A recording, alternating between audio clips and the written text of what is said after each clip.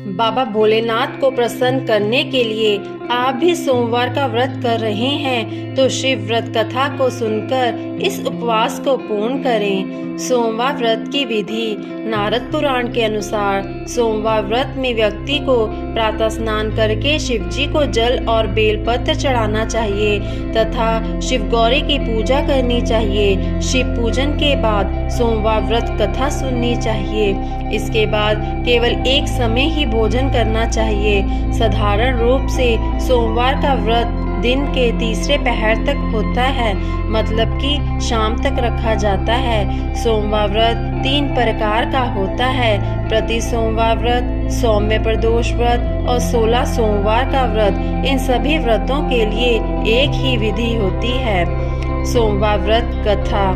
एक समय की बात है, किसी नगर में एक साहूकार रहता था। उसके घर में धन की कोई कमी नहीं थी, लेकिन उसकी कोई संतान नहीं थी। इस कारण वह बहुत दुखी रहता था। पुत्र प्राप्ति के लिए वह प्रत्येक सोमवार व्रत रखता था और पूरी श्रद्धा के साथ शिव मंदिर जाकर भगवान शिव और माता पार्वती जी की पूजा करता था। उसकी भक्ति देखकर एक दिन माँ पार्वती प्रसन्न हो गई और भगवान शिव से उस साहूकार की मनोकामना पूर्ण करने का आग्रह किया। पार्वती जी की इच्छा सुनकर भगवान शिव ने कहा कि हे पार्वती, इस संसार में हर प्राणी को उसके कर्मों का फल मिलता है और जिसके भाग्य में जो होता है उसे वह भोगना ही पड़ता है।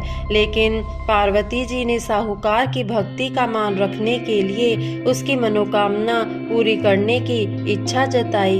माता पार्वती के आग्रह पर शिव जी ने साहूकार को पुत्र प्राप्ति का वरदान तो दे दिया, लेकिन साथ ही यह भी कहा कि उसके बालक की आयु केवल 12 वर्ष होगी। माता पार्वती और भगवान शिव की बातचीत को साहूकार सुन रहा था। उसे ना तो इस बात की खुशी थी और ना ही दुख। वह पहले की भांति शिव जी की पूजा करता रहा।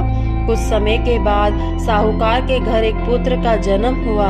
जब वह बालक 11 वर्ष का हुआ तो उसे पढ़ने के लिए काशी भेज दिया गया। साहूकार के पुत्र के मामा को बुलाकर उसे बहुत सारा धन दिया और कहा कि तुम इस बालक को काशी विद्या प्राप्ति के लिए ले जाओ और मार्ग में यज्ञ कराना। जहाँ भी यज्ञ कराओ वहाँ ब्राह्मणों को भोजन कराते और दक्षिणा देते हुए जाना। दोनों मामा भांजा इसी तरह यज्ञ कराते और ब्राह्मणों को दान दक्षिणा देते काशी की ओर चल पड़े।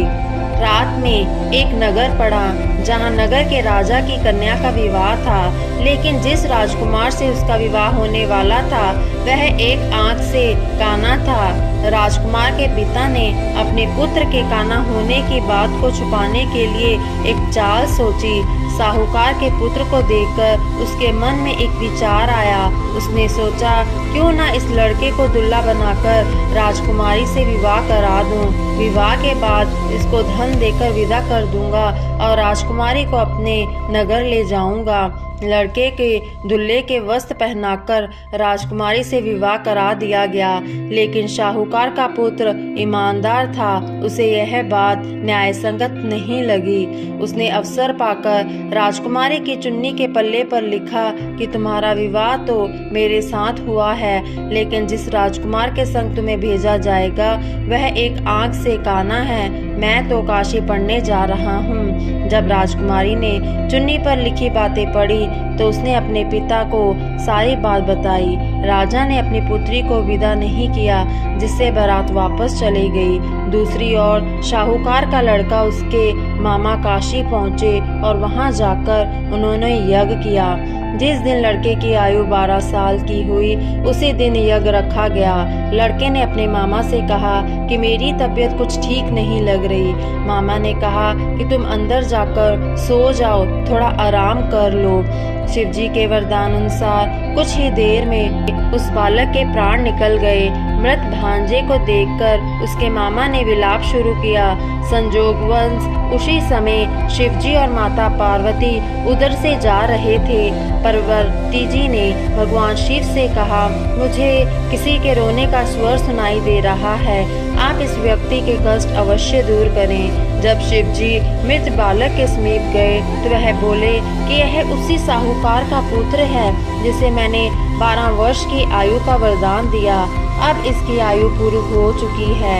लेकिन मृत भाव से विभोर माता पार्वती ने कहा कि हे महादेव, आप इस बालक को और आयु देने की कृपा करें, अन्यथा इसके वियोग में इसके माता पिता भी तड़फ तड़फ कर मर जाएं। माता पार्वती के आग्रह पर भगवान शिव ने उस लड़के को जीवित होने का वरदान दिया। शिव जी की कृपा से वह लड़का जीवित हो गया। शिक्षा समाप्त करके लड़का मामा के साथ अपने नगर की ओर चल दिया। दोनों चलते हुए उसी नगर में पहुँचे जहाँ उसका विवाह हुआ था। उस नगर में भी उन्होंने यज्ञ का आयोजन किया। उस लड़के के ससुर ने उसे पहचान लिया और महल में ले जाकर उसकी खातिरदारी की और अपनी पुत्री को विदा किया। इधर साहूकार और उसकी पत्नी भूखे प्यासे रहकर बेटे की प्रतीक्षा कर रहे थे। उन्होंने प्रण कर रखा था कि यदि उन्हें अपने बेटे की मृत्यु का समाचार मिला तो वह भी प्राण त्याग देंगे, परंतु अपने बेटे को जीवित होने का समाचार पाकर वह बेहद प्रसन्न हुए।